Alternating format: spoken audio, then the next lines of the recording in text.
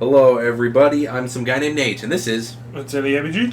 He's still doing unboxings, and he's still having fun, and he's going to do live streams, but for the sake of the thumbnail I paid for 8 months ago from my friend WC, we're going to have to play through this, the Rehydrated edition.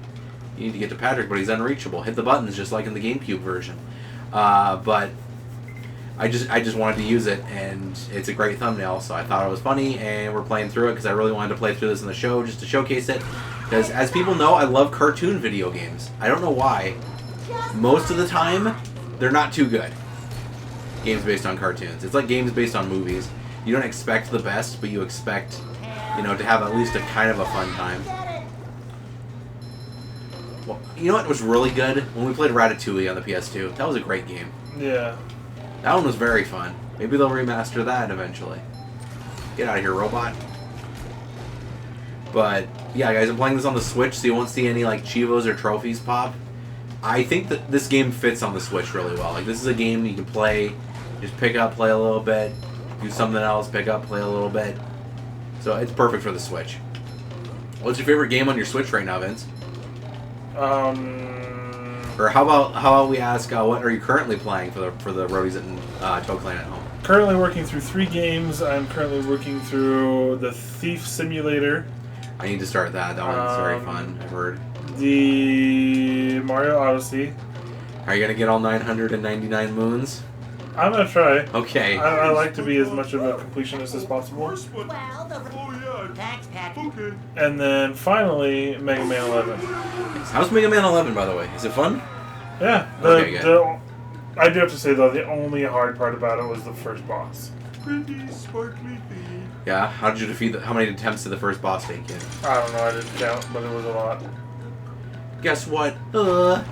Take my melons. But then after that, once you, like, have the correct ability for the next boss, it's just... a lot of stuff around. You blow through that game super easy. Come on, Patrick. Stop doing this. No! Okay, so here's the thing. If you just hit B, he picks it up. If you hit A then B, he does a butt bomb. So I was trying to jump, and then I failed there. You're supposed to go here, go up. Go here, go up. Go here. Throw. Yeah! Because remember, half of Patrick's character is throwing things. That's his whole game. There's also a rumor that THQ is going to remaster on more older Nickelodeon games. There's a few I hope that they do. Like Tack and the Power of Juju is very fun. What else? Oh, crap! There's a few others that I'd play. Yeah. As long as they don't have 15 to 20 second loading screens. The worst loading screens I've ever experienced in a game, though, was Duke Nukem Forever. That game's loading screens suck. If you got the PC or 360 version, they're like 50 seconds, a minute and a half. I don't think I've really played a Duke Nukem game since... That's much better. Since ever. Yeah. Oh, damn it. Like the old DOS kind of... Yeah, which was the 2 before the famous one. Yeah. Because there's Duke Nukem 1 and 2 on the DOS, which are like a 2D shooter. And then they made him 3D for Duke Nukem 3D, which makes sense because that was the thing to do in the 90s. When he's just like, I'm here to kick ass and chew bubblegum. And I'm all out of Patrick. But that was the first one I played. And my dad turned the child block on it because there was like 2 things in the game that was like deemed not kid friendly that you could turn the child block on, which was the porn studio and then one other thing. But it's just a weird game overall. They remastered it on the PS4, Steam, and Xbox, called it the Anniversary Edition. And the Anniversary Edition's pretty good. Maybe play that on the show eventually. It's like Shadow Warrior. Yoop. Everything's reminding me of Shadow Warrior. Love that game. Oh, did you hear about Shadow Warrior 3 from the Devolver Digital press event? Yeah. I haven't watched any of the press events. Oh, okay. I'll have to... Let's talk about that for the rest of this thing. So, if you guys are unaware, if you're watching this when this is coming out, a stupid thing called the Rona happened, and it canceled every fun event known to man and several known to monkeys, including every Comic-Con, every gaming event, every concert, everything. You can't. No, you can't. Bad kid. So I wanted to watch E3 this year. Oh, spikes. Oh! And unfortunately, E3 was canceled because of this whole pandemic. And what they did... No! Okay, good. What they did to compensate, I guess, for that is they just told all the game companies, okay, do whatever you're planning and do like a digital event like Nintendo does right before the actual event happens. Set like a live stream time and you can chat with fans and do all kinds of stuff. And all the companies were like, yeah, okay, we can do that. It's all pre-recorded. Time for game announcements. And every company so far pretty much has been a disappointment. The only one that I've been like, okay, cool, but it was only for a few games, was PlayStation. So their PS5 announcement wave. Like, that's totally fine. Yeah. Did you see any PS5 games you liked, Vince? Or wait. I haven't seen any. Okay, damn it. Okay, so they announced a sequel to Marvel's Spider-Man called Spider-Man Miles Morales. I haven't even played their... Okay, it's an open world web slinging adventure. When you play as Peter in the first one, which came out I think 2 years ago, and then nice, that was a good snap. And then it came out, or the sequel, you play as Miles, and so you play as Black Spider-Man, which is good. I'm hyped for that. I really liked Into the Spider-Verse, and I like the comics with Miles in it, so hopefully it's good. Probably will be because it's also made by Sucker Punch Insomniac. So that'll be really fun. And then they announced, what else did they announce that I actually would play? There's a game that's allegedly a spiritual successor to Twisted Metal called Demolition All-Stars. When it's like a Demolition Derby game with guns, you play as different characters and crash into each other, shoot each other, so it's like Twisted Metal. That one I was really intrigued by. There was another game that they announced at that event that I forgot about. Nice. And yeah, there's a few more. I'll just make a full listy list and send it to you. That was the first one when they were actually like, they showed the console and they were like, oh, we're making an all digital edition and a normal edition. We'll announce the price point whenever we feel like it, kind of a thing. And that looked kind of cool, even though there's like way too many damn accessories for, damn it, for the trap. Let me stun you. Okay. I stunned him and killed him, didn't I? Ugh. I want to go grab the underwear or you're going to die. I did just now, actually. And loading screen.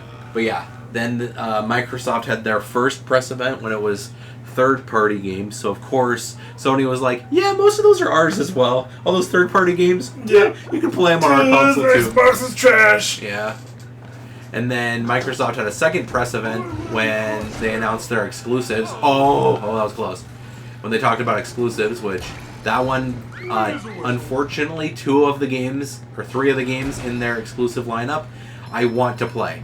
But at least I have an old Xbox One, and they said that the Xbox One is also going to get them. So there's going to be no Xbox Series X exclusives. They're either going to also be on the Xbox One or also be on PC for crossplay, which is, I heard, is Microsoft's evil plan. Okay, let's get this guy. There we go. Now we pick up. Oh, God. No, don't hit me, don't hit me, don't hit me. Now you can hit me. Oh. So now we go.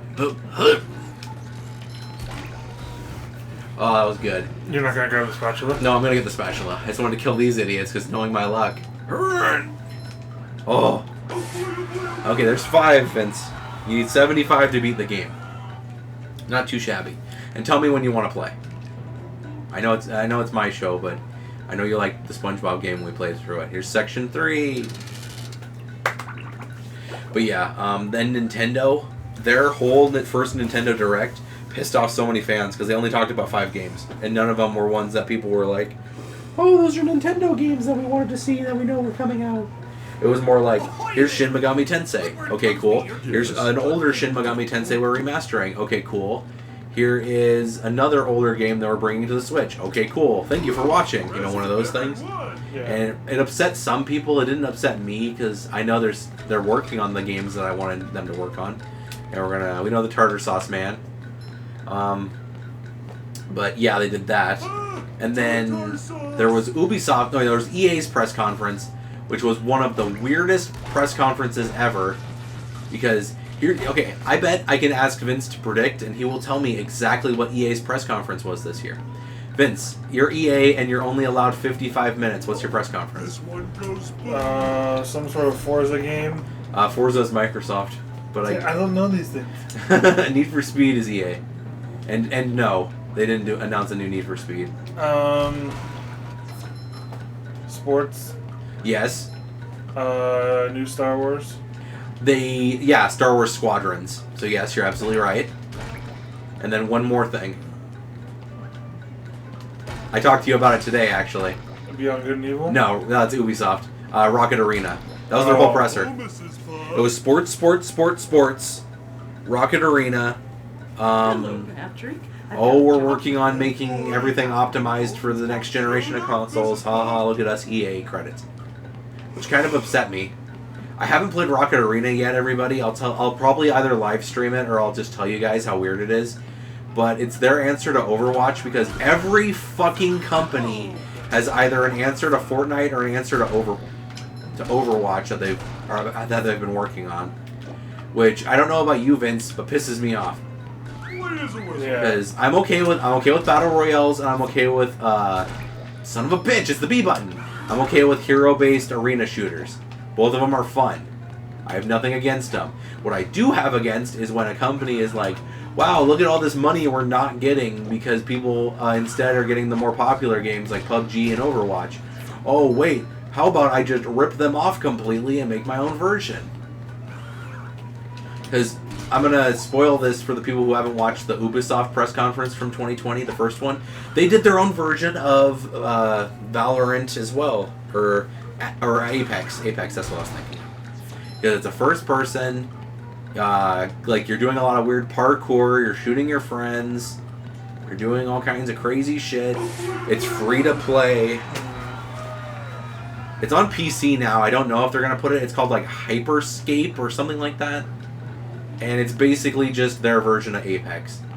So here's where I'm saying this, game developers. Make a game that I, a consumer, haven't seen before, or something I haven't seen in a while. Then you'll get a lot of my money. That's why, of the games I'm hyped for this year, what else? What am I hyped for this year? Okay, so right now, guys, it's early August when we're recording this before my new job starts. And when Vince is still sleepy. And the games I'm hyped for is just the new Tony Hawk. I want to get the new Tony Hawk. Pass. That's the only game I'm getting in September, other than the Ghost of Tsushima, which I wanted to get for my birthday, which is in September, so that's what I'll do.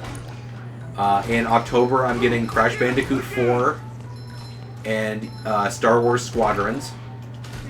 Ouch. In November, I'm getting House Flipper, because that's a fun indie game. Have you heard of House Flipper? I own it, and I've played it, and it's alright. It's alright? Okay, I might cancel my pre-order. It's fun. Like, it's definitely a calming game. Like, if you're just doing something to chill, yeah, then that's a good chill game. It's really fun. Like, okay, because it's getting ported to the Switch physically in late October.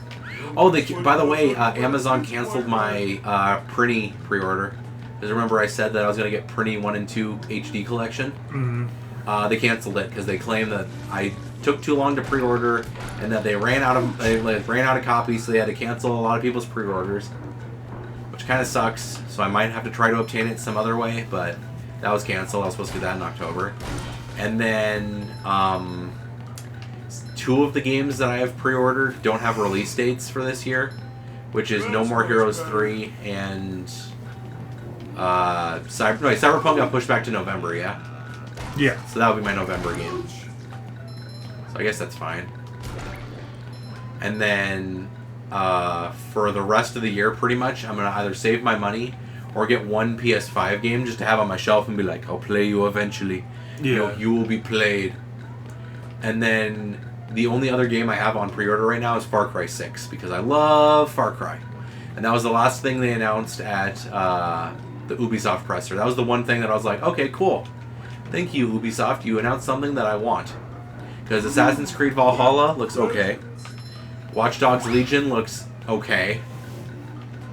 You know? So they don't really have a stellar lineup for 2020.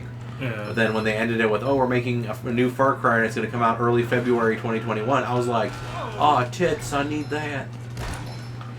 And it takes place in Cuba. And you're fighting like a dictator regime kind of a thing. Yeah. And it's supposed to be the first, like, urban open world Far Cry, which sounds really good. I need to start playing through the Far Cry's to see if I like them. I've never played a single one of them. Okay, I can tell you, I'm not going to spoil much, but what I am going to say is each one tackles a serious topic that's weird, and they each have a surrounding theme. So you'll see the theme and you'll be like, okay, so this is what this game's about. So, like, the first one takes place on an island and you're a genetic experiment, and you have, like, a primal instinct. Not like Far Cry Primal. You have a primal instinct in you to, like, tear up people and eat them and stuff like that. Mm-hmm. And you don't know why. Okay, there's a sock up there. That's the first game, which got a lot of people into Far Cry. Second one takes place in Africa, and you are trying to collect blood diamonds, and you also have... What's that one disease? A blood disease. It's really common. Malaria? There you go. You have malaria, and you have to keep taking malaria pills and keep collecting blood diamonds in order to live. But you can pick one of 6 characters. So this is the only one you can do this. And each one, like, let's say that you pick, of the 6 characters, you pick character 2. Mm-hmm. Then characters 1 and 3 through 6 show up as allies and NPCs in the campaign. So it slightly changes it. Okay. Which is pretty cool. And that was the first Far Cry I actually played. So I like it. Third Far Cry, which is most people's favorite, takes place on an island again, so just like the first one. You and your friends go on vacation to an island resort, and all of your friends except you get killed. Okay. And you're slowly going insane. Fourth one takes place in, like, the Alps, so in the mountains, and you're there to bury your dead mom, or throw your dead mom's ashes into the wind on the Alps, because that was her last request.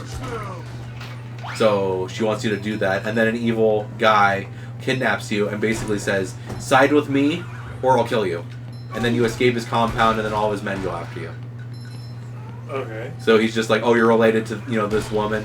Your mom's a bitch, you know, it's normal evil guy stuff. And then you have to take him out by killing all of his mans. Holy crap. I'm not doing good right now. Underwear. Bob's underwear fits quite right. And so that's the plot of that one. That one's my favorite because since it takes place in the Alps, there's tuk-tuks, you know, like the weird 3-wheeled motorcycle things. Yeah. And you can ride elephants. Okay. And it was also the first Far Cry game I had that I found so many funny moments that I kept hitting the share button on the PlayStation. Because I was like, oh my god, that's hilarious, and I'd have to share it. Like, there was one instance when I was just driving with my ATV on the side of the mountain, and there was a bad guy, like, random event thing that happened when they were all, like, stopped on the side of the road and their car was broken. So I jumped off of my ATV, it rolled sideways and wiped them all out. So there's just, like, 3 dead guys and a blown-up ATV right next to them. Yeah. It was very funny. So that game was the most fun to play. Far Cry 5, you're defeating a religious cult in Montana. I know about that one. Mm-hmm. And Far Cry 6 is the Cuban dictator and his son. Shiny. So here's the part I was talking about that glitched when I first played through this. Remember this teeter-totter thing? Yeah. Look at me jump. Look at how I can barely jump. It's gonna get worse. Unless they fixed it. Yep, they didn't fix it. Look. Look at what this does. Oh, shit. And now I'm back all the way here. So, if by the end of this episode, which is in a minute, I don't get back up to where I was, I'm probably going to just cut that out. Because that glitch is still there, which sucks. I don't know why they didn't patch it out. Because it pretty much makes your feet glue. You know what I mean? Yeah. Which is ass. So let's try it one more time, but we will try it. On the next installment of SpongeBob Rehydrated, Vince and I are going to get past the glitchy teeter-totter and fight King Jellyfish. Thank you guys so much for watching. I'll see you in the next feet glue